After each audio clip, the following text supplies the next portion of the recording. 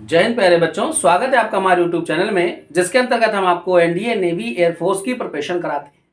जो बच्चे हमारे चैनल से जुड़े हैं वो जानते हैं मैंने एक प्रैक्टिस सीरीज की शुरुआत की हुई है, जिसके अंतर्गत लगभग आपको 40-50 प्रैक्टिस पेपर मैं करा भी चुका हूं, जिसमें 10 प्रश्न होते हैं और उसे हल करने के लिए आपके पास 5 मिनट का समय होता है। अब कुछ बच्चों ने व्हाट्सएप पर मैसेज करके कहा कि सर आप एक प्रैक्टिस सीरीज की शुरुआत कीजिए, जिसमें पूरी बुक से महत्वपूर्ण प्रश्नों को, महत्वपूर्ण टॉपिक्स को और महत्वपूर्ण कॉन्सेप्ट को आप निकाल करके बिना विकल्पों के साथ दीजिए। तो मैंने कोशिश की है कि अब आपको ऐसे प्रश्न छांटें, ऐसे कॉन्सेप्ट, ऐसे ट्रिक्स, मेथड्स को निकालें, जिससे आपको आगामी परीक्षा में ज़्यादा से ज़्यादा लाभ हो सके। ऐसे मैंने लगभग 10-12 वीडियो बनाए हैं, जिसके अंतर्गत आपको 10 प्रश्न दिए जाते हैं और उसे हल करने के लिए आपके पास 2 मिनट का समय होता है। 2 से 3 मिनट के अंदर आप अगर उसे सॉल्व कर लेते हैं और 10 में से 8, 9, 10 प्रश्नों को सॉल्व कर लेते हैं बिना विकल्पों के, जिसमें विकल्प नहीं होते, तो आप समझ लीजिए कि आपकी अभ्यास, आपकी पढ़ाई ठीक चल रही है। धीरे धीरे करके 10 में 10 करने की आदत डालिए। आप देख सकते हैं बोर्ड पर मैंने यहाँ पर ऐसे 10 कॉन्सेप्ट, 10 ट्रिकें, 10 फॉर्मूले निकाले हैं। और आप वीडियो को रोक लीजिए, पहले कोशिश कीजिए कि 2 से 3 मिनट के अंदर इस हर हालत में सॉल्व करिए। उसके बाद आप देखिएगा, वीडियो को चला करके हमारे पूरे सॉल्यूशन को समझिएगा और अपने आंसर का मिलान हमारे आंसर्स के साथ करना और मुझे कमेंट बॉक्स में बताना कि आपने कितने प्रश्नों के सही जवाब प्राप्त किए। तो आइए एक एक करके हम इसको डिस्कस करते हैं। लिखा है किसी कक्षा में बुद्धिमान छात्रों का समुच्चय होगा।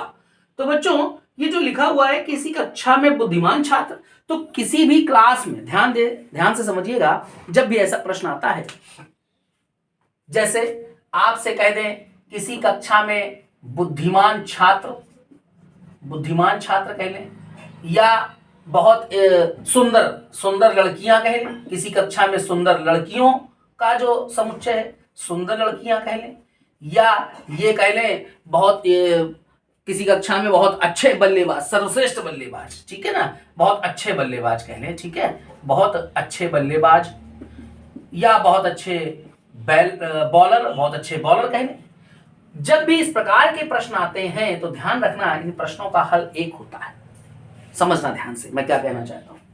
आपसे प्रश्न कहें किसी कक्षा में बुद्धिमान छात्रों का समुच्चय, या किसी कक्षा में सुंदर लड़कियों का कलेक्शन जो है, किसी कक्षा में बहुत अच्छे जो बल्लेबाज हैं, बहुत अच्छे बॉलर हैं, उनके लिए बात करें, बहुत अच्छे पोएट की बात करें, कवि की बात करें, इन सारे प्रश्नों का जवाब एक है। वो क्या है, सुनिए ध्यान से।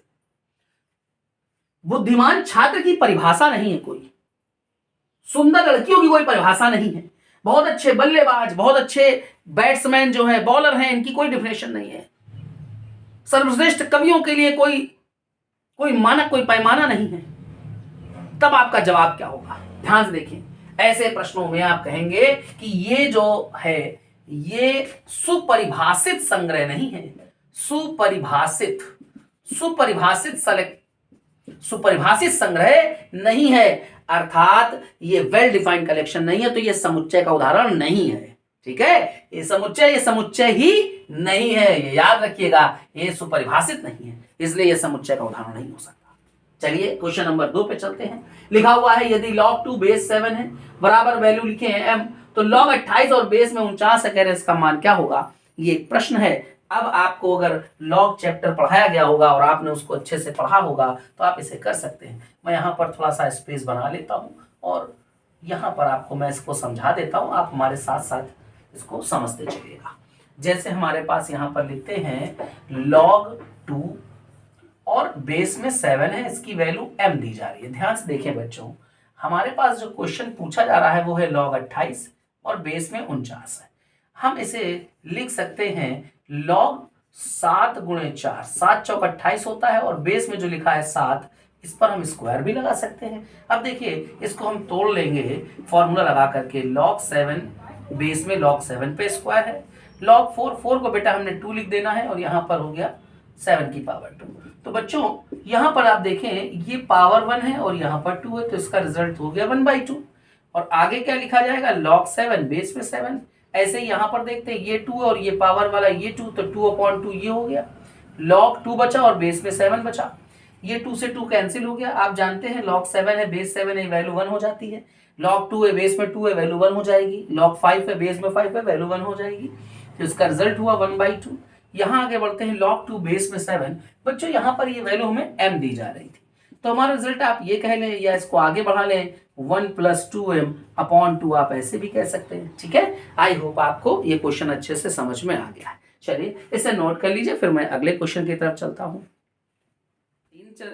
3 को देखते हैं। ये मैट्रिक्स चैप्टर से लिया गया क्वेश्चन है। लिखा है यदि ए एक मैट्रिक्स है, n एक कोटि, ऑर्डर जो है मैट्रिक्स का n है, कह रहे हैं इसका वर्गाव्य मतलब जिसमें रो और कॉलम की संख्या बराबर होती है, ऐसे अव्यव को हम लोग वर्गाव्य कहते हैं। कह रहे हैं और a बराबर जो ये मैट्रिक्स है वो KB है, k कोई एक अदिश राशि है। ठीक है, तो कह रहे हैं डिटरमिनेंट a का मान क्या होगा।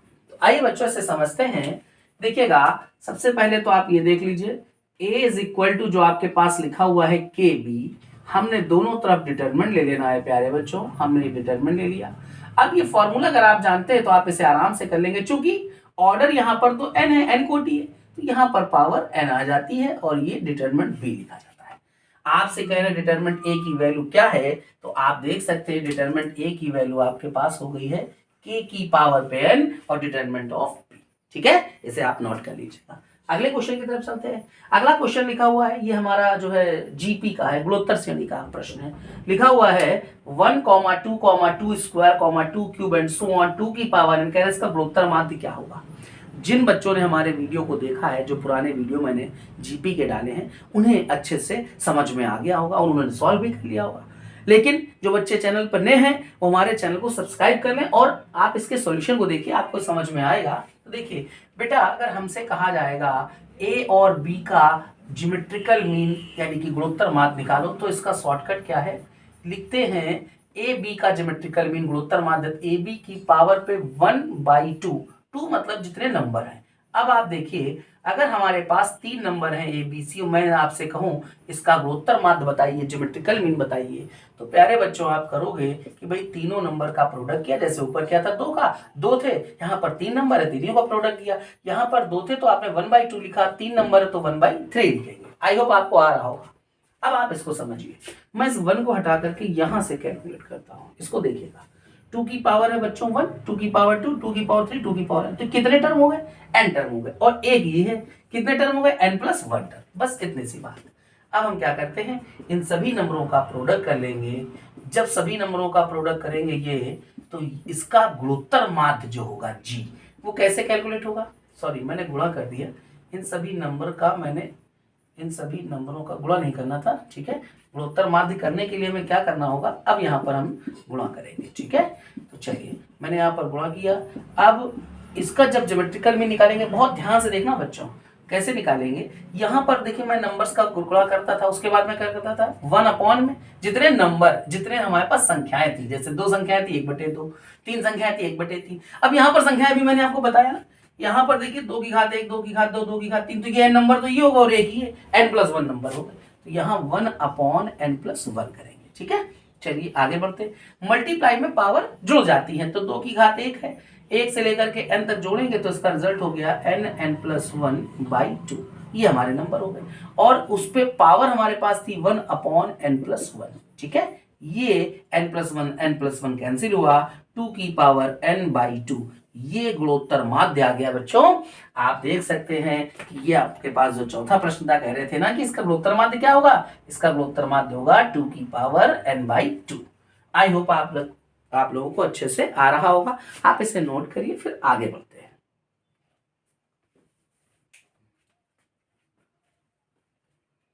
आइए स्टूडेंट्स, क्वेश्चन नंबर हम 5 की तरफ चलते हैं। ये त्रिकोणमिति ट्रिग्नोमेट्री से लिया गया क्वेश्चन है। लिखा है 1 - tan² 45 degree minus theta upon में 1 + tan² 45 डिग्री माइनस थीटा। कह रहे इसका मान क्या होगा।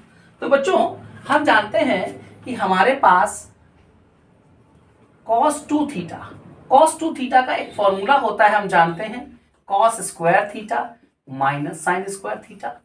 एक फॉर्मूला हम इसका जानते हैं 2 cos² थीटा -1, और तीसरा फॉर्मूला जानते हैं 1 - 2 sin² थीटा। आप में से कई बच्चे होंगे जो cos2 थीटा के चौथे फॉर्मूले को कुछ डाउट में रहते हैं। मैं बता देता हूं, यहाँ पर वो फॉर्मूला है 1 - tan² theta upon 1 + tan² theta. ठीक है, इसीलिए मैंने आपको यहाँ पर डिटेल किया हुआ है। तो cos 2 थीटा के 4 फॉर्मूले आपको याद रखने हैं। अब यहाँ पर ये फॉर्मूला लगने जा रहा है। तो देखिए थीटा के प्लेस पर यहाँ पर कितना लिखा हुआ है 45 डिग्री माइनस थीटा। तो मैंने फॉर्मूले को लिख देना है cos 2, यहाँ पर लिख देना है 45 डिग्री माइनस थीटा। ये 2 अंदर जाएगा तो ये हो जाएगा 90 माइनस 2 थीटा। बच्चों cos 90 माइनस 2 थीटा मतलब 90 माइनस थीटा, इसे थीटा कहेंगे। cos 90 minus theta sine theta, theta नहीं है यहाँ पे 2 थीटा, तो रिजल्ट हो गया साइन 2 थीटा। ठीक है, आपसे कह रहे थे इसका मान बताइए, तो इसका मान हो जाएगा बच्चों साइन 2 थीटा। चलिए आप इसे नोट करिए, फिर मैं आगे आपको एक एक करके सारे क्वेश्चंस कराता हूं। मुझे कमेंट बॉक्स में जरूर बताइएगा आपने कितने प्रश्नों के सही जवाब प्राप्त किए हैं।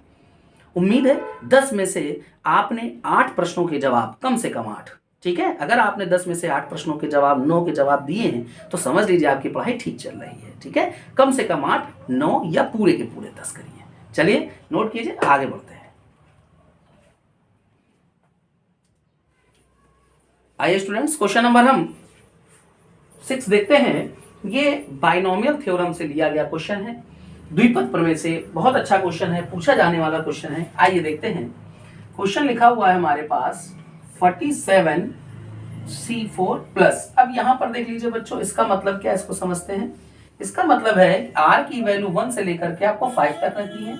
सिग्मा का मतलब होता है कि जब आप वैल्यू रखेंगे तो जो रिजल्ट आएगा उसके बाद प्लस लगाएंगे, फिर r की वैल्यू को 1 के बाद आप 2 लिखेंगे, फिर जो रिजल्ट प्राप्त होगा प्लस लगाएंगे, फिर ऐसे बढ़ते बढ़ते आपको 5 तक लगाना है।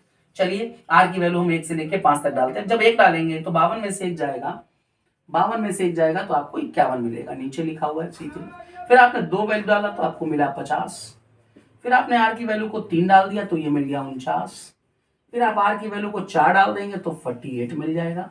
फिर आप 5 डाल देंगे तो ये 47 मिल जाएगा। ठीक है, ये इसका आपने एक्सपेंड कर दिया। अब आइए देखते हैं, हम लोगों ने एक पास्कल थ्योरम जानी थी, उसको समझते हैं। उसके लिए मैंने आपको बताया था बेटा आप इसको कैसे करोगे। आप इसको NCR plus NCR is equal to NCR लिख देंगे। यहाँ पर r में 1 जोड़ते हैं और यहाँ पर n में 1 घटाते हैं। ये हमारे पास पास्कल की थ्योरम होती है। तो देखिएगा, आप देख सकते हैं जब ये दोनों सेम होंगे तो उसकी बात होगी। तो आप यहाँ देखिए बेटा, ये आपने इससे देखा, ये 47 है, यहाँ पर भी 47 है, सेम है ना C3। अब आप क्या करेंगे आगे, आगे इसको बेटा आप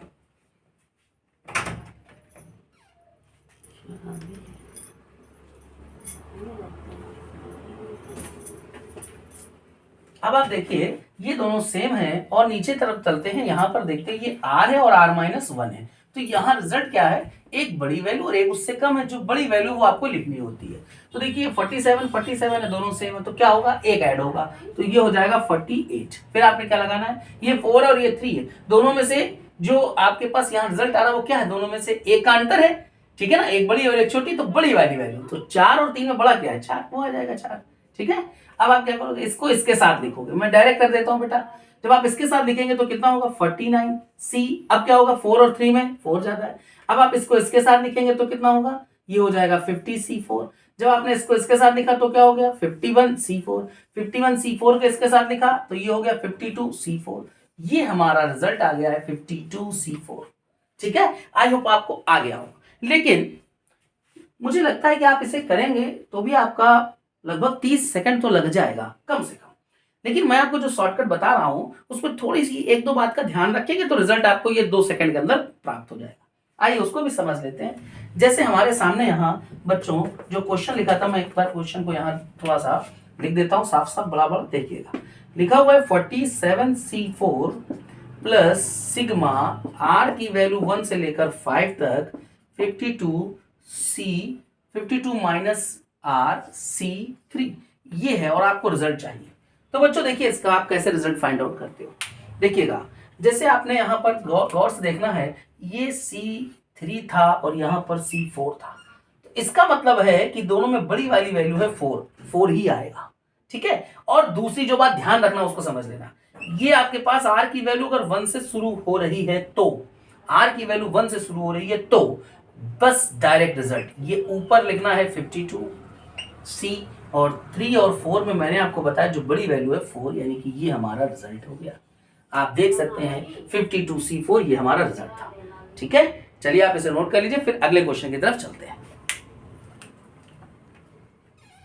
आइए बच्चों, क्वेश्चन नंबर हम 7 को देखते हैं। द्विघात समीकरण चैप्टर से लिया गया क्वेश्चन है। मैं आपको जो शॉर्टकट बताऊंगा, आपने ये शॉर्टकट कभी किसी लेक्चर में नहीं देखा होगा, कभी किसी वीडियो में नहीं पढ़ा होगा। आइए ध्यान से समझते हैं इसको। लिखा हुआ है mod x square minus 3 mod x plus 2 is equal to 0। आपसे कह रहे हैं कि इसके कितने वास्तविक मूल होंगे, कितने इसके वास्तविक हल होंगे, रियल सॉल्यूशन आपको पता लगाना है। तो देखिए, हमारे पास जो मेथड होता है मैं वो नहीं बता रहा हूं, को बिल्कुल दूसरे मेथड पे ले चलता हूं। उसमें शर्त क्या है, शर्त आपको समझ लेनी है। शर्त ये है, ये जो आपका mod x स्क्वायर वाला टर्म है ये हमारा पॉजिटिव होना चाहिए। अगर ये पॉजिटिव नहीं है तो माइनस का गुणा करके उससे पॉजिटिव बना लीजिए। शर्त ये आपको याद रहेगी, ठीक है। अब दूसरी बात, जब ये पॉजिटिव बन जाएगा तब आपको इसको कोई भी कैलकुलेट नहीं करना है, इसको कोई भी कैलकुलेशन इसकी नहीं होनी है, ठीक है, ध्यान देना है, इसकी कोई कैलकुलेशन नहीं होगी। अब तीसरी बात है, बाद के दोनों टर्म यानी कि दोनों पद वो कैलकुलेट होंगे। क्लियर हो गई बात। तो पहला काम क्या था, आपकी शर्त क्या है, पहला काम है कि जो mod x स्क्वायर है ये पॉजिटिव होना चाहिए। दूसरी बात है कि mod x स्क्वायर को कैलकुलेट नहीं करना है। फिर तीसरी बात है उसके बाद के दोनों टर्मों को कैलकुलेट करना है। अब उनको कैलकुलेट क्या करना है, उनके चिन्ह, उनके साइन हमको समझने हैं। ध्यान से देखिएगा, हम लोगों ने जब निर्देशांक ज्यामिति पढ़ी तो ये पढ़ा कि ये प्लस प्लस होता है, पढ़ा माइनस प्लस होता है, ये पढ़ा कि दोनों माइनस होते हैं, और ये पढ़ा हमने कि माइनस प्लस माइनस होता है। अब आपको करना क्या, ये आप पढ़ चुके हैं, ये आपने समझ लिया है। अब आप इसके शॉर्टकट को देखिएगा, मैं जो शॉर्टकट लिखने जा रहा हूं, इस रूल का नाम है 40/22 का रूल। ये 40/22 का रूल क्या है, इसको ध्यान से देखिएगा। 40 4 0 फिर 22, यानी कि यहां भी 2 और यहां भी 2। बस अब आपको उत्तर मिल गए। आइए शर्त पे चलते हैं। एक्स स्क्वायर पॉजिटिव है, बिल्कुल है, इसको कैलकुलेट नहीं करना है, नहीं करना है। अब बाद के दो टर्म कैलकुलेट करने क्या करना है, ये माइनस है और ये क्या है, प्लस है। माइनस प्लस कहां जाते हो, माइनस प्लस यहां आते हो। यहां पर क्या लिखा है, 4। इसके कितने हल होंगे, 4 हल होंगे। नंबर ऑफ रियल सॉल्यूशन कितने, 4। इसके 4 वास्तविक हल होंगे। ये मेथड आपने कहीं नहीं पढ़ा होगा। चलिए इसे नोट करिए, अगले क्वेश्चन की तरफ चलते हैं। आइए स्टूडेंट्स, क्वेश्चन नंबर हम 8 देखते हैं। ये द्विपद प्रमेय चैप्टर से लिया गया क्वेश्चन है। इसका शॉर्टकट आप देखिएगा, बिना शॉर्टकट के क्वेश्चन आपका बहुत समय ले लेगा। शॉर्टकट सीखते हैं। ये शॉर्टकट क्या है समझो। ये हमारे सामने क्वेश्चन लिखा था C0 CR plus C1 CR plus 1 C2 CR plus 2 and so on. Last का जो टर्म लिखा हुआ है CN माइनस R CN। आपसे कह रहे हैं इसकी वैल्यू क्या है, थोड़ा सा ध्यान से देखना, 1 मिनट के अंदर सॉल्व हो जाएगा। इन दोनों के बीच में जो डिफरेंस है वो क्या है, R माइनस 0 R। इसके बीच में डिफरेंस देखिए, R प्लस 1 से 1 जाएगा तो क्या डिफरेंस है, R। इन दोनों के बीच में क्या डिफरेंस आ रहा है, R प्लस 2 से 2 जाएगा तो R। इनके बीच में क्या डिफरेंस आ रहा है, जब आप इसमें से इसको माइनस करेंगे तो ये n कैंसिल और माइनस माइनस का हो जाएगा प्लस का R। सब में देखिए R का डिफरेंस है, R का डिफरेंस है, ठीक है। अब रिजल्ट देखिए, रिजल्ट हमको लिखना है, ऊपर लिखना है 2n का फैक्टोरियल अपॉन, ऊपर लिखना है 2n का फैक्टोरियल, नीचे n में से माइनस करेंगे एक बार और एक बार प्लस करेंगे। किसको, जो ये डिफरेंस था r को, हमने r को एक बार माइनस किया और एक बार हमने प्लस किया, फैक्टोरियल लगा दिया, ये हमारा रिजल्ट है। सिंपल, आई होप आपको आ रहा होगा। चलिए क्वेश्चन नंबर हम 9 की तरफ चलते हैं। इस क्वेश्चन को भी आइए बच्चों, क्वेश्चन नंबर हम 9 की तरफ चलते हैं। ये डिटरमिनेंट का बहुत प्यारा सा शॉर्टकट है, इसको समझ लीजिएगा एक बार ध्यान से, अच्छे से आ जाएगा। एक डिटरमिनेंट बनी हुई है, मुख्य विकर्ण में शून्य मिले, मुख्य विकर्ण में शून्य मिले। और अब देखिएगा यहाँ के एलिमेंट को देखते हैं। ये मैंने लिखा a यहाँ पर है और यहाँ b नीचे। अगर a यहाँ पर है तो यहाँ माइनस a मिलेगा, यदि यहाँ पर b है तो यहाँ पर माइनस b मिलेगा, यहाँ पर c है तो यहाँ पर माइनस c मिलेगा। ऐसे फ्रेम पर कोई क्वेश्चन आता है उसकी वैल्यू 0। ये बहुत महत्वपूर्ण शॉर्टकट है बच्चों। अब आप देखिए, इसका लीडिंग डायगोनल मुख्य विकर्ण जो है वो आपको क्या मिल रहा है, 0 0 मिल रहा है। अब आप देखिए यहाँ पर क्या है, p माइनस क्यू, उसका निगेटिव क्या q माइनस p होता है, p माइनस क्यू का निगेटिव होता है, p माइनस r का निगेटिव r माइनस p होता है, q माइनस r का निगेटिव r माइनस q होता है। तो इसकी वैल्यू भी कितनी हो गई डियर स्टूडेंट्स, 0। अच्छा, अब कुछ बच्चों के मन में डाउट होगा कि सर अगर मैं यहाँ पर माइनस कर दूं तो कोई बात नहीं, आप यहाँ माइनस कर रहे हो तो यहाँ प्लस कर दीजिए, इनके साइन चेंज होने चाहिए। आपने यहाँ माइनस किया तो आप यहाँ प्लस कर दीजिए, ठीक है। यहाँ पर प्लस है तो ये माइनस है, मतलब साइन को चेंज रखना है। ये वैल्यू सेट फ्रेम पर है, डायरेक्ट जीरो आपको उत्तर लिखना है। क्वेश्चन नंबर 10 की तरफ चलते हैं। लिखा हुआ है यदि जेड कॉम्प्लेक्स नंबर है बेटा, लिखा हुआ है पूर्णतः वास्तविक संख्या। चलिए भाई, जेड को हम पूर्णतः वास्तविक कह देते तो हमने मान लीजिए इसको 2 कह दिया।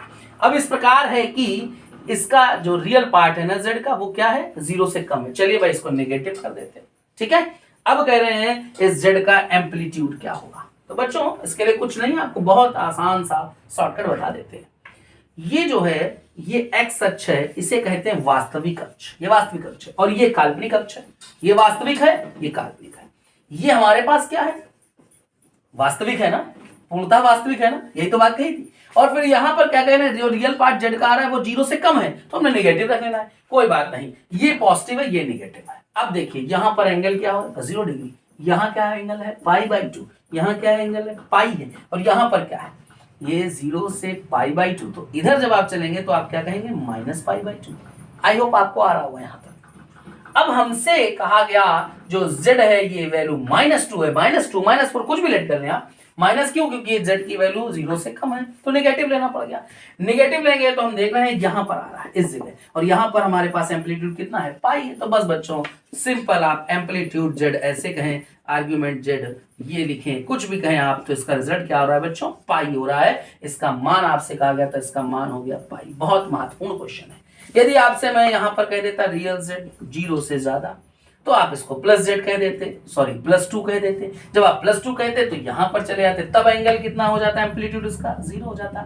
अगर मैं आपसे यहां पर कह दूं ये जो z है आपके पास, ये पूर्णतः वास्तविक है, मैं कह दूं पूर्णतः काल्पनिक है, पूर्णतः काल्पनिक है, और मैं फिर यहां पर क्या कहूं, इमेजिनरी z कहूंगा तब तो फिर ठीक है। और मैं कह दूं वो 0 से ज्यादा है, पॉजिटिव है, तुम कहां चले जाओगे यहाँ, इसके लिए एम्पलीट्यूड क्या हो जाएगा बच्चों, इसके लिए एम्पलीट्यूड हो जाएगा π/2 हो जाएगा। आई होप आपको आ रहा होगा, ठीक है। यहाँ की बात करने लगूंगा तो यहाँ पर आपको लिखूंगा इमेजिनरी पार्ट जो z का वो 0 से कम है, यानी कि नेगेटिव है। नेगेटिव होगा तो एम्पलीट्यूड ऐसी स्थिति में क्या हो जाएगा, ये माइनस का π/2 हो जाएगा। यहाँ पे चले जाओगे क्योंकि ये वास्तविक अक्ष है और ये काल्पनिक अक्ष है। आई होप आप लोगों को हमारा पढ़ाने का तरीका, हमारा कंटेंट समझ में आ रहा है। यदि आपको हमारे वीडियो से किसी प्रकार का लाभ होता है तो हमारे वीडियो को ज्यादा से ज्यादा लोगों को भेजिए, शेयर कीजिए, लाइक कीजिए, सब्सक्राइब कीजिए। मिलते हैं इसी बार के एक अगले वीडियो में। जय हिंद।